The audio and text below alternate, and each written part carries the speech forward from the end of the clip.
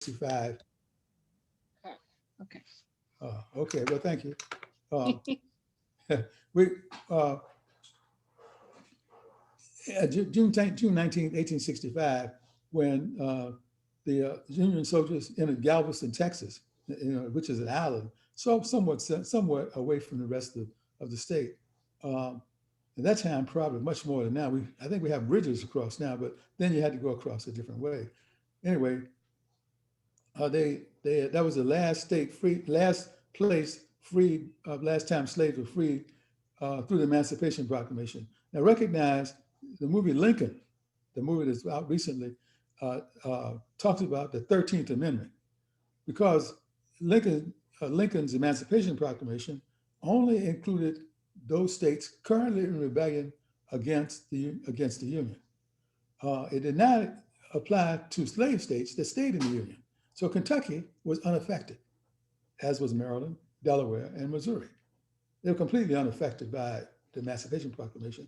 And even though the war was, even though the war changed slavery in the South, it did not change it in those states. Now, the 13th Amendment, which incidentally was ratified by Kentucky in 1975, a little later. Mississippi, of course, had a Republican administration, and they ratified it fairly soon. But as soon as the former rebels could take over, they tried to rescind it. And then it was 19 or 2005, I think, before they re-ratified the 13th Amendment.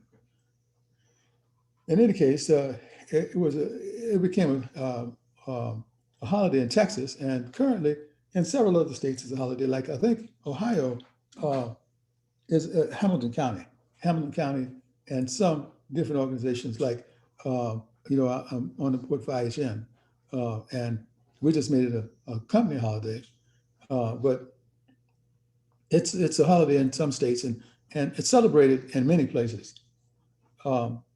The trick is, the funny thing or tricky thing is that it did not end slavery. It ended slavery in the Confederacy, but the Confederacy was dead, and that was the end of that was the death of the Confederacy. Now, Cincinnati, for 30 some years now, we've had a pretty big celebration here, and it's ongoing now. Tomorrow afternoon, I think it's, hang on a second to tell you exactly. We're having a Wade in the Water program. I think it's at 4 o'clock tomorrow at Smale Park, and we'll have dancing and music and a lot of activities celebrating Juneteenth. I think there's on YouTube, there's a guy who's a professional dancer teaching us the steps. It's kind of kicks. I'm not a real good dancer. I'm a little awkward and my balance isn't good, but I'll be there, and I'll probably be shaking the tail feather doing something. Anyway, we have. I just had a thought. I could put us on Facebook, do a Facebook Live, and maybe get some interaction. Okay, sure. You want me to do that? All right, go ahead. It's one way to. Okay, so the other thing that is happening, the Wade in the Water. Oh yeah, the reason for having the Wade in the Water is because so many activities during slavery, freedom of various kinds, crossing the Ohio River, other kinds of rivers. Water was a big deal in self-liberation and slave self-liberation. I like that better than runaway and all those other names. Self-liberation seems like it's more what it was. And we have some other activities. On the 17th, there's a flag raising at 11 o'clock at Hamilton County Building. And on the 18th, there's a flag raising at Cincinnati City Hall. On June 20th, from 11 to 1, there's a virtual Juneteenth concert on WXIX. There are a bunch of acts there, a bunch of artists. I don't know if you heard of Jazz Renaissance, the Charles Fold Singers will be there, and Elevations Band, Rhythm of Soul Band, Todd O'Neill Singers. There are quite a few artists that will be participating in the 2 hours of the 20th. I think The 20th is Sunday coming up. Anyway, so we're celebrating in Cincinnati, and everybody's invited. So there's two of you, if you feel like you want to come down, or you know somebody who might, come on down and participate. The XIX thing is pretty easy to do, just on your TV set. Well, that's about it for Juneteenth. I think the way that we relate here is that although slaves were freed, many left with no skills, left with no income, left with this on their own. And after the Renaissance, after the short period after the Civil War, there was I'm sorry, I'm blocking on the name of it, but there's a period of ascendancy for Black people in politics and commerce and other ways that was lasted about 10 years, and then it was rescinded and Jim Crow took over, and so some Blacks were able to get out of poverty then, but were put back quite a bit during the Jim Crow era. And it was 1965 or so, 100 years after the Civil War, that Congress finally did what the amendment asked it to do. Laws to enforce the 13th Amendment, 14th Amendment, left to Congress to set up, and Congress took Congress 100 years to do that. Anyway, there are significant residual of slavery and the subsequent poverty that all of us are participating in. The Homeless Coalition, the thing is that the Blacks are not the only ones that either the Poor People's Campaign or the Homeless Coalition, because other poor people need help too, particularly other disadvantaged folk, but including some whites. The Appalachians are having trouble too. And so one of the things that just I personally noticed is that with civil rights, as soon as the Blacks achieve anything, civil rights wise, it applies broadly to many more people, and often way more whites than Blacks. The thing where when you get arrested, they have to tell you have the right to remain silent. That was a Supreme Court thing, but it applies to everybody, and certainly way more whites than Blacks for and I forget the Supreme Court decision, but where you have to be advised of your rights, and that you can have a lawyer, and that anything you can say, anything that you say can be used against you. That little speech that the cops are required to read before you're arrested, or when you're arrested, is one of the many fights that Blacks have won that apply to the country as a whole and bring us all forward. In keeping with that, we'll move on to when you will talk about the ways that we are approaching poverty that particularly impacts Black people, but not solely Black people. Mary or Mona, one of you want to go next?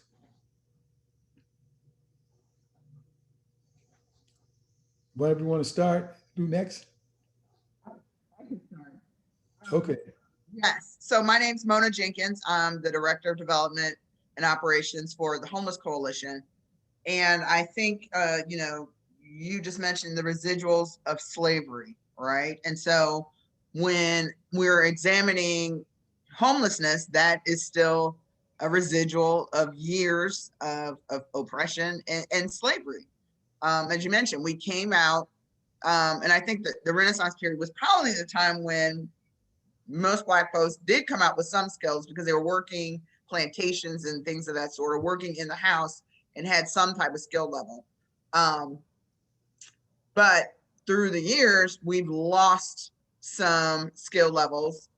Technology has changed, and with our education, especially having redlining, so the school systems that are in our neighborhoods are not quite providing us with that education level to develop these new skills.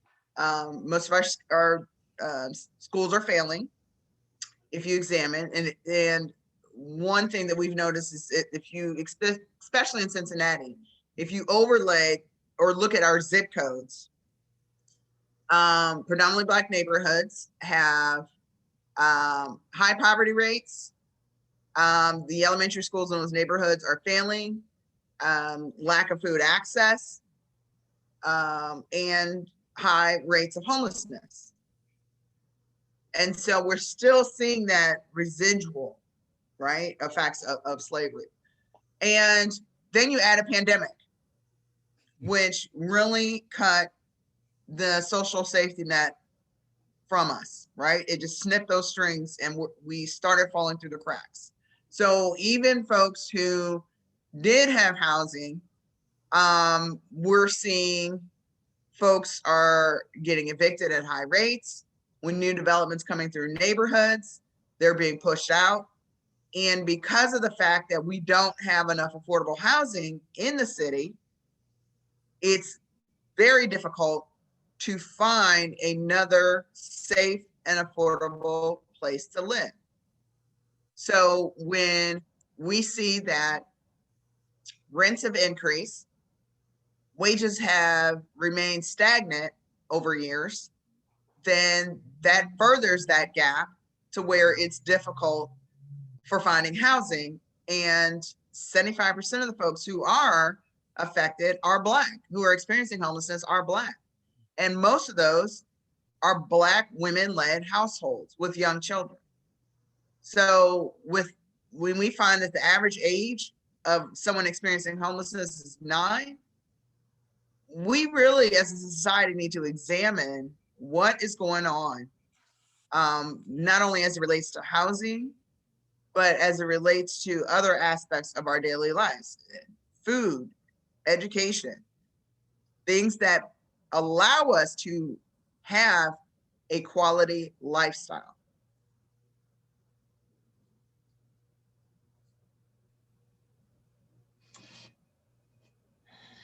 Hi, Mary Aguilera. I'm one of the chairs for the Ohio Poor People's Campaign. And I think for me, we were talking a little bit about this before, about how important it is to learn this history to understand how we got here.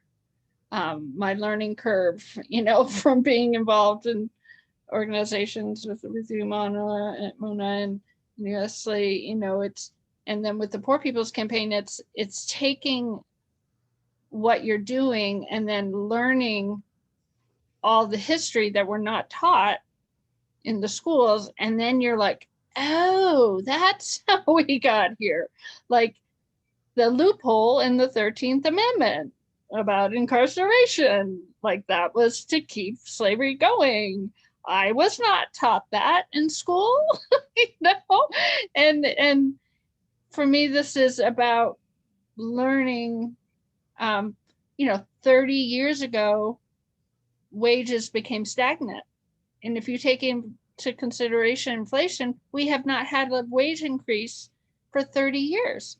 But yet we're the ones that are told, no, pull yourself up, those bootstraps, and get to work, right? And then continue giving corporate welfare, but it's somehow that's our fault, and then it just takes a pandemic to just push us over the edge, and just, we say it exposes the fissures that were already there. And then I'm just learning the baby boomers, they're all looking to downsize. Then you have all these other people that are losing their homes because they can't pay, so they're looking for a place. So, and then it's just going to exacerbate, everything. And they keep sucking all the money up to the top. The billionaires, I don't know, I know it's an incredible amount of money. I don't know exactly how much, but I know it's a lot. They've actually made money, the wealth gap over this pandemic. It's going to collapse. There's no way they can't, if you keep sucking the money up, there is none left at the bottom, and people are going to die. Well, they're already dying, but 250,000 people die from poverty before the pandemic, from just poverty and inequality alone. So that was before. In Ohio, 50 or in the United States, 52.2% of the children are at or below the poverty line, 45% of the women. And that's about the same in Ohio. It's about the same figures. So for me, these are the remnants of slavery. You know, it's just slavery in a different form. It's not any, you know, it's masked, it's coded. And the work you all are doing is so integral for us to understand. Like June 19th, I didn't learn about that till about 5 years ago.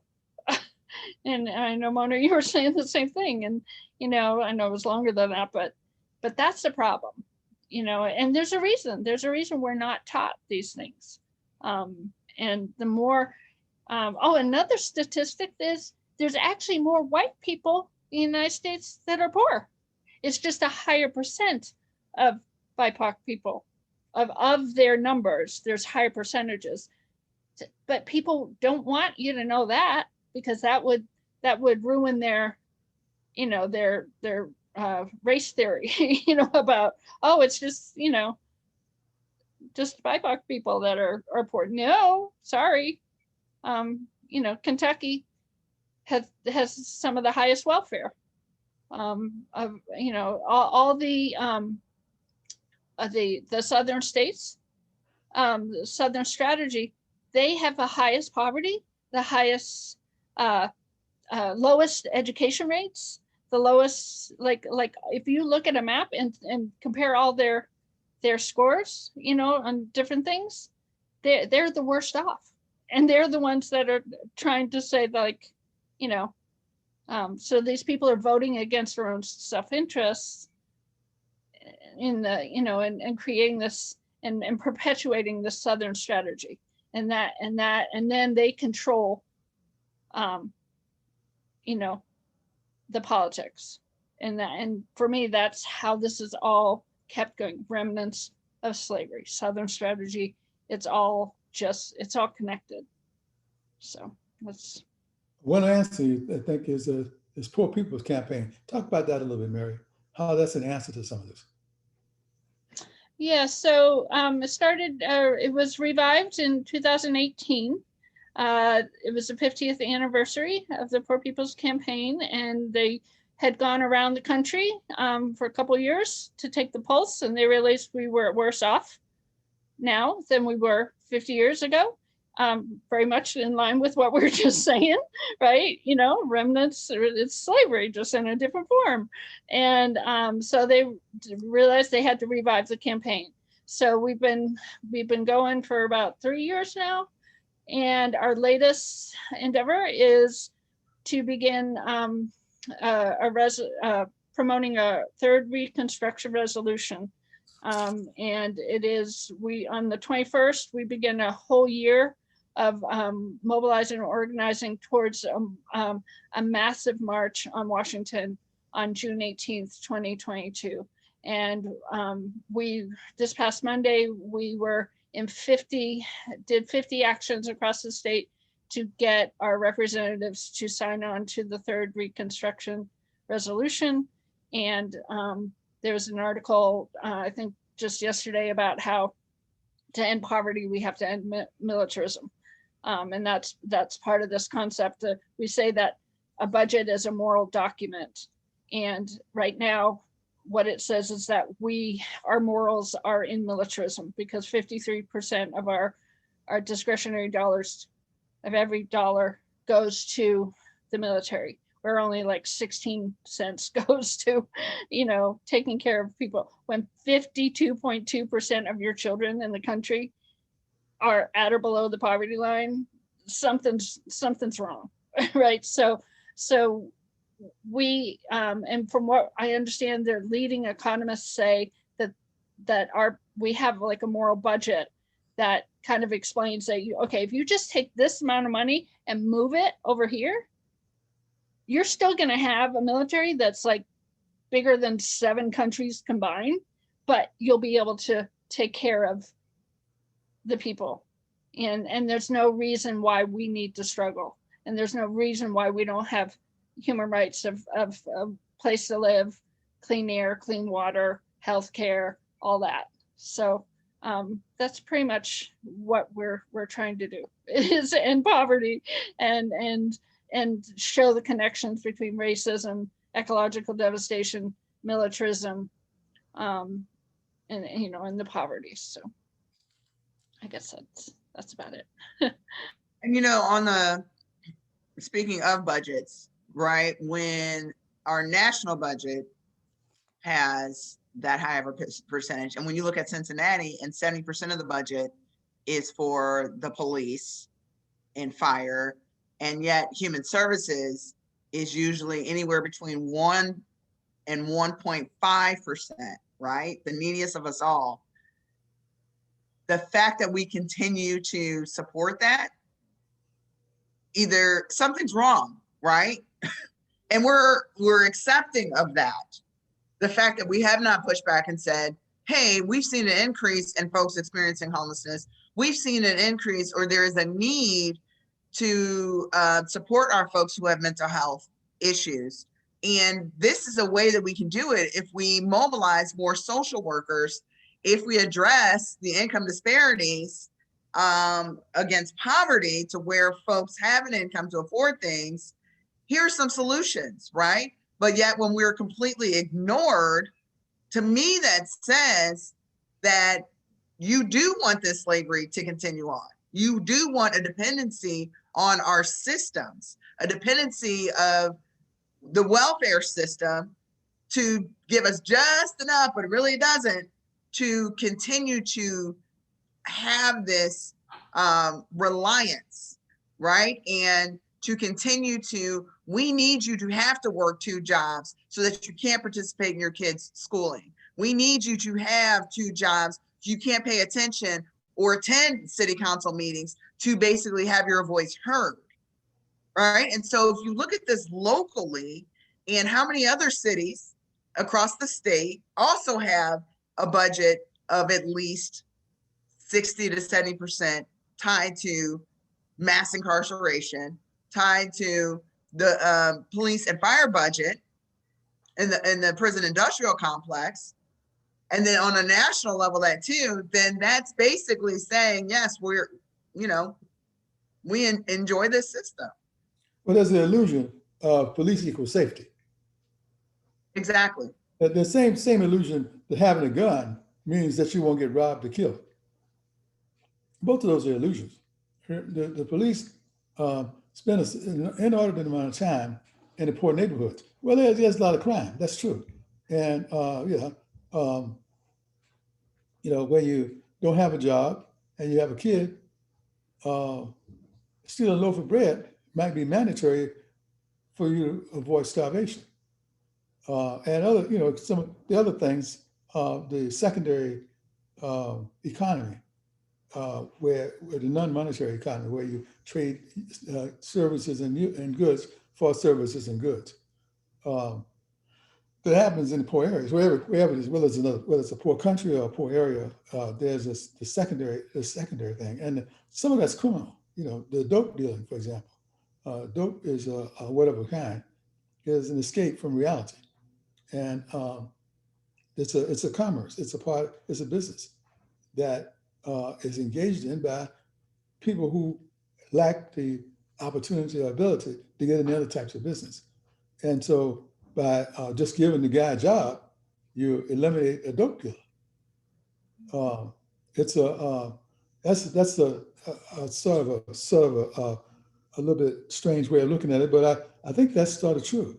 That a lot of the criminality, there's this thing about the cops looking for a broken window thing. Basically, there's going through the neighborhood and you get so much credit for doing stuff. Timothy Thomas, who was killed, the judge spent a lot of time convicting Timothy Thomas. I listened to the judgment when he released that cop. Apparently Timothy Thomas had 14 misdemeanors, the majority of which were traffic misdemeanors. He was a 19-year-old kid, no job, no car, and a license for 1 year. Significant too was the fact that one of the tickets was for not having a car seat for his baby, a 1-year-old. Wait a minute. He didn't have a car. He doesn't, had a driver who, wherever he had the baby. Anyway, it made no sense. What made more sense was to think that for some reason, some cop gave him, cops, I don't know how many, and I haven't checked that, gave him 14 tickets. Well, with a guy with no job, 14 tickets means you make bail or stay in jail. So when he ran, he was facing going to jail. Who wouldn't run from that? This kid, anyway, that was and there were several cops that came upon him. Now there were several kinds of things that bothered me about it, but I don't know all of it. But he's sort of typical of a poor kid who is trapped by forcing the cops to give tickets. You have to have so many tickets if you're working. You have to do so much. Well, he's always, they're not going very far. No money, no job. So, he's in the neighborhood. And for whatever reason, and I don't know if he was involved in illegal activity, but he might have been. He's an unemployed young man who doesn't have any real property, may not have much personal property. But he was sort of typical. And here we have, where he's sort of exemplary of the kind of system that we have. Because his thing would have been to be in jail or just existing. I think there was another point that I was going to make about the government, the Constitution, when it was written, favors rural areas and favors the South. The 3/5 thing, where Black persons were 350. That meant that, by the way, whether you're either a citizen or you're not, you can't. It's a yes or no. It's a not part way. So the Constitution does provide citizenship for those slaves. Now, in the contest of how much vote they would get 60% of a vote. Okay, the fact is, though, that does give them citizenship by the Constitution before the 13th Amendment. In any case, the power structure in the South through Jim Crow was to pit poor people against each other. And in the South, this being white thing, the white supremacy piece, assures the politicians of a job. And carrying that to Washington, where they have more power, have an outside amount of power. So you see a place like Mississippi, where it's the last in everything, the poorest state, poorest in almost every category. But they rejected Obamacare. Wait a minute, you got more, you're already a donor state, a recipient state. The amount of money that Mississippi puts into the economy is negative. They receive money from the rest of the economy. The rest of the country is carrying them along. So the business about we're going to have to pay something was garbage. What happened was, by the Obama thing, the Obamacare thing, was a tool to use in the race thing. There's a book called Dying of Whiteness that I would urge you to read. I don't know if you've read it or not, but it's a book called Dying of Whiteness. This guy did a research project, and he went through it, and he talked to people, he interviewed people about the value to them of being white.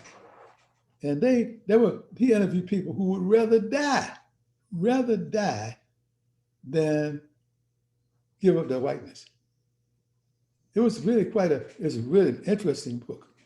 And he talked to people who were in the process of dying, unnecessary death, who refused to get care because Black folk would get it too. Well, that's going on now with COVID. I've heard from nurses that there are people that are dying from COVID. Yes. And they refuse to admit that they have COVID, because of the stigma and that they were so convinced that there is no COVID and there is no, whatever. That's a real, that's a real problem. It's for me, it's the same. It's all related. These false narratives. We have 3 goals of the campaign, Poor People's Campaign: change the false narratives, build power, and impact legislation and policies. And change the narrative. Yeah, change the false narratives, build power, and impact legislation and policies. And that's the biggest thing for me, is to take what you all are doing in the community, and you just, being involved with the Poor People's Campaign nationally in 46 other states, you just change the name of the town. This is happening. Every single town across America is the same statistics you just said, Mona, right? It's the same thing, but they don't want us to know that. They do not. We are getting into step. We are coming together, and we are shouting it from the rooftops that this is happening in every town across the country. The same statistics. If we can get past that, that would be really, really a wonderful thing. You have McConnell and other legislators running against Obamacare in Kentucky. Connect, the Kentucky Medicaid, the Kentucky Obamacare program is one of the best in the nation. And all those people in Kentucky who are on Obamacare were voting against it because they took advantage of ignorance. But they campaigned against, and the Democrats refused to enlighten people. That was the Grimes, the person who ran against McConnell the last time, could have done, would have helped a lot of people by just exposing McConnell's hypocrisy. The fact that he ran against, particularly the time when he ran during Obama's time, he ran against Obamacare, even though it's a major program in Kentucky. There's a lot of poor folk across the river who are on Connect. I can tell you a little bit. I practiced medicine in Kentucky for decades, and it's amazing that he would be able to do that and get away with it. Actually, get reelected on that. But basically, that was they used Obama's name as a surrogate for racism, and that was what carried the day. Now, the fact that there's so many poor people in Kentucky, if the politicians allowed the poor people to get together or to have a common goal, then they would lose power, and poor people would actually gain health, gain all kinds of wealth, and they would gain basically the benefits of being an American citizen. It's really, that part is really is interesting to me. The other thing that fascinates me is Martin Luther King. When Martin King, he was against the Vietnam War and stuff, but when he started his Poor People's Campaign, he started to get poor people. His thing was to enlarge his audience to poor people. Here's a guy who's really charismatic, and if he was able to unite poor people in America, even locally poor people in America, it would have made him a really outsized politician. And he was a threat, a major threat to the powers that be. Anybody who believes that little guy that shot Martin Luther King was by himself is not really they'll buy bridges that don't go anywhere too. They're not very smart, because there's no way that little guy could by himself figure out how to get to Canada and all the other things that happened with him on James Earl Ray. James Earl Ray just wasn't smart enough to do all the things necessary. That man was a tool of maybe I'm talking rumors too, like the QAnon people, but I think that Martin Luther King represented a threat to the status quo. The Poor People's Campaign was one of the things that he was advocating before this particular Poor People's Campaign, which makes Reverend Barber a little bit, makes him a little bit of a target, because but fortunately he has a little bit bigger organization And so they have multiple targets, and they have to make a bigger splash than just Reverend Barber. But anyway, that's another concept. I think we've talked a lot about a lot of stuff here, ladies. I think it's so nice to, Mary, I know you, and Mona, this is the first time, you mind if I call you Mona? Yes, yeah, please call me Esly, that's fast enough. I didn't introduce myself when I came on. I'm the VP for programs for the local chapter of ASALH. I'm an amateur historian, and my career was medicine. I practiced medicine for I still practice. So I haven't quit yet. I do part-time. I practice part-time. So I'm semi-retired. But my big thing is history now. I do a lot of, I'm an amateur historian.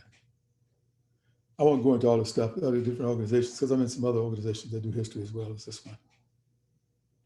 I'm curious from Mona, kind of what, is going on with the homeless coalition right now, and ways that we can support your work, and what you're doing.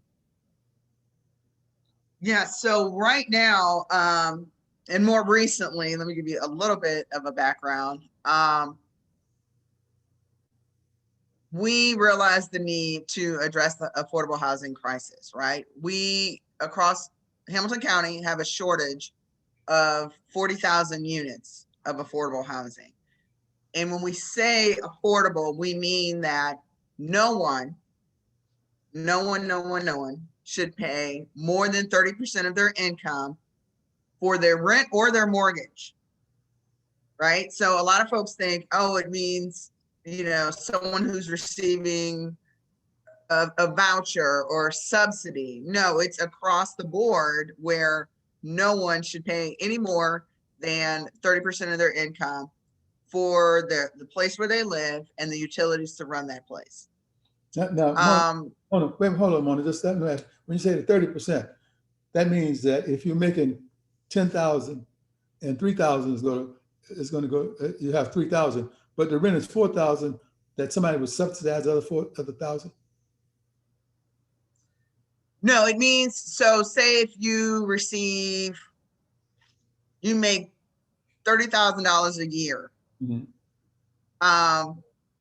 9,000. You should not be spending any more than 10,000 a year for your rent.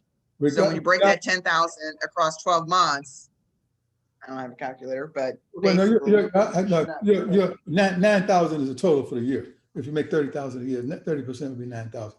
But whatever it is, that 30% includes money, the subsidies that they bring in for rent, or is it that somebody, if the place you need is going to cost, say, 4,000 or 5,000, that somehow the government or somebody else would supplement it so that you only pay the 9,000.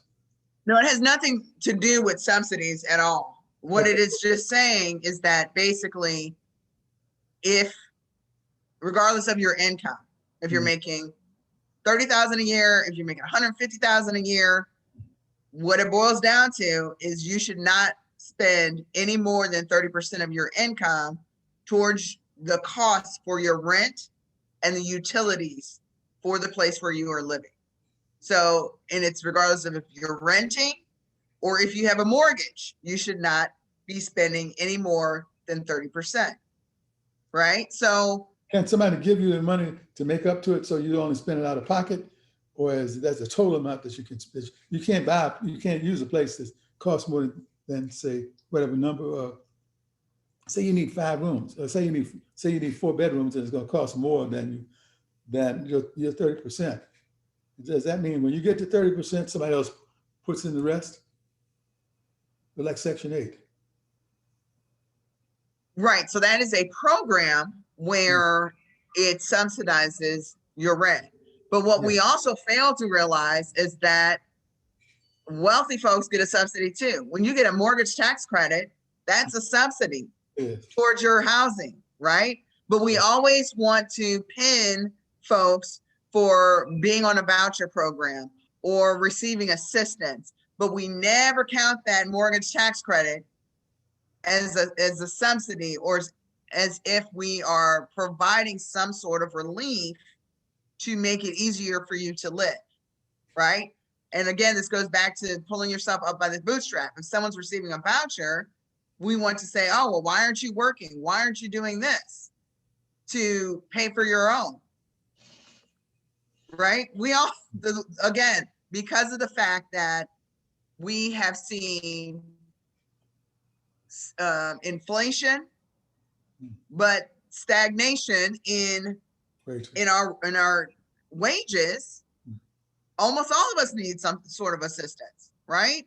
And so with this shortage of affordable housing already, when the city, the state, the federal does not see, a red flag doesn't go off and we don't address the issue, then we see that problem just festers, right? And so that's where the Homeless Coalition comes in, and we stand with people who have been kicked out of their units, who are losing their housing, and we say, hey, we can't afford for folks to get put out of their housing.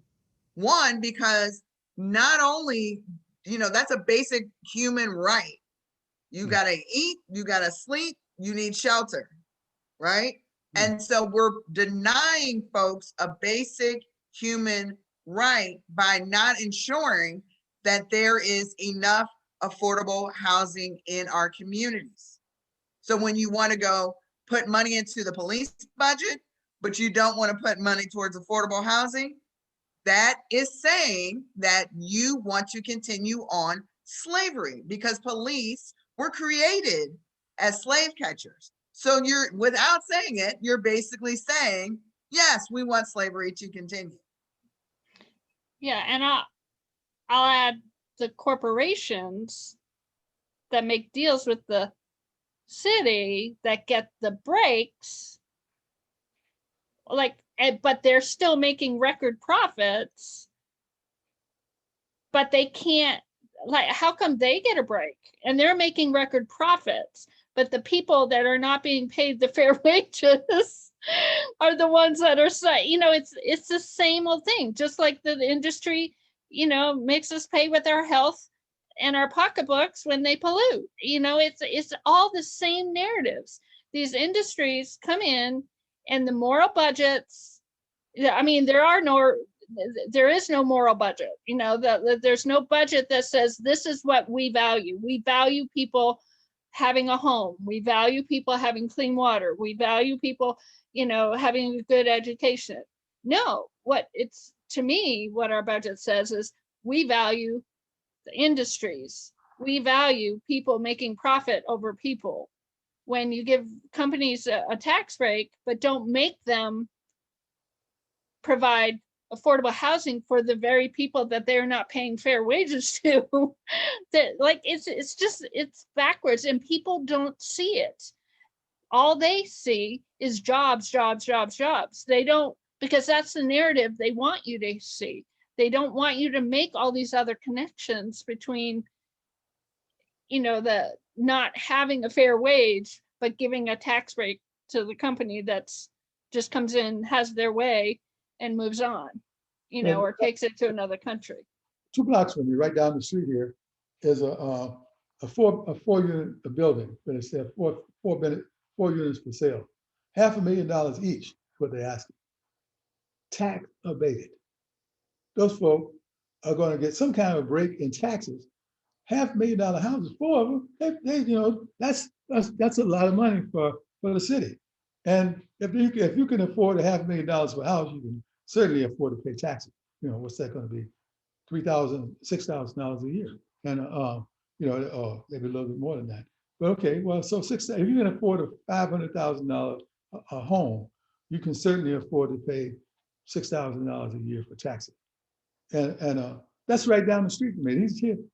It's a selling thing, so that the guy who's going to sell the $500,000 houses gets a profit. He's got a sales gimmick. They tell them they don't have to pay the $6,000 a year for having many years to live. Now, meanwhile, right down in Washington Park, or probably closer than that, are folk who don't have anything. who living on the street. That $6,000 a year, that four of them, so almost $25,000 a year. That what could they do with $25,000 a year that the city is giving to those folks? That'll pay rent for several people, a year, figuring even if they pay $200 a month, I said no, $25,000, $2,000 a month. What's that? 4 places for $500 a month. Oh, that's a whole lot of people that could be for that $25,000 that the city gave to this developer. Could have housed at 2,000. Could have housed say 4 families for a year. Well, they could save a lot more, right? Yeah. So, I mean, I'll give you an example of the stadium, the FC Stadium, Oh Lord, yeah. where we gave a $32 million tax break. And when you look at that $32 million, it's not only towards, that could have been used towards affordable housing. It could have been used towards our education. And when folks are able to participate in life, it builds a stronger community. So again, the fact that you are taking away is saying that you don't care about our communities, and the primary ones that are affected are Black and poor. And some of the Black ones are poor. But so we have a double whammy. What about putting So, FC Cincinnati? and that's one type of development. FC Cincinnati didn't go out to Blue Ash. It didn't go to Hyde Park, where there were places it could have gone. It could have went downtown in the West End. Displaced people. Well, and that was purposeful, right? Oh yeah. But you asked for a $32 million tax abatement, and then literally weeks later spent $32 million for a practice field in Milford. That means you really didn't need that tax abatement. No.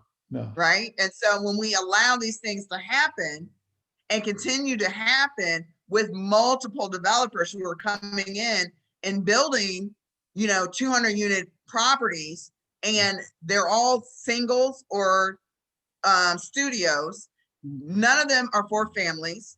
And you're charging $1,000 for a 1-bedroom that has a square footage that is so small, and you're giving them a tax abatement. We have to ask ourselves, like you said, Mary, where are our priorities? It's with the profits and not the people. Yes. And when you even get into, let's talk about architectural design and how it affects communities, right? Buildings that are built and homes that are built nowadays, they don't have porches. Growing up in a Black family, we used to hang out on the porches. And that's how we got to know our neighbors and have a sense of community and build that community. Now people go out in the backyard, they got a privacy fence, they don't want to talk to their neighbors, don't turn the music up too loud. Half of them don't have Starbucks either. Right. So then when you build units that don't have actual kitchens with where you can sit down and have a kitchen table, right? A lot of my family building came from sitting around the kitchen table and sharing in a meal. Again, you're destroying our sense of community, and we're not even thinking about it. It's these little architectural designs that have been put into the development of properties and housing that in our communities that really affects our overall prosperity and psychological development, mental development, emotional and physical, right? Because think about our children and the need to eat. When refrigerators in these apartments are so small that you can't fit quality produce in it, right? So you have to buy things that are frozen. Again, something that we never think about as far as how design itself of housing plays into how we interact with one another and the continuation of slavery. Yeah, I've been doing work with Communities United for Action as well, and learned about another issue of utilities, about another like corporate welfare. They get 20% off of their water bill. Like, what the heck is that?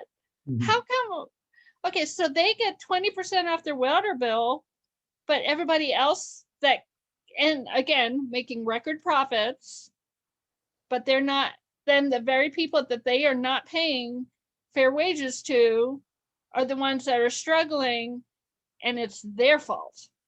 It's their fault they're struggling.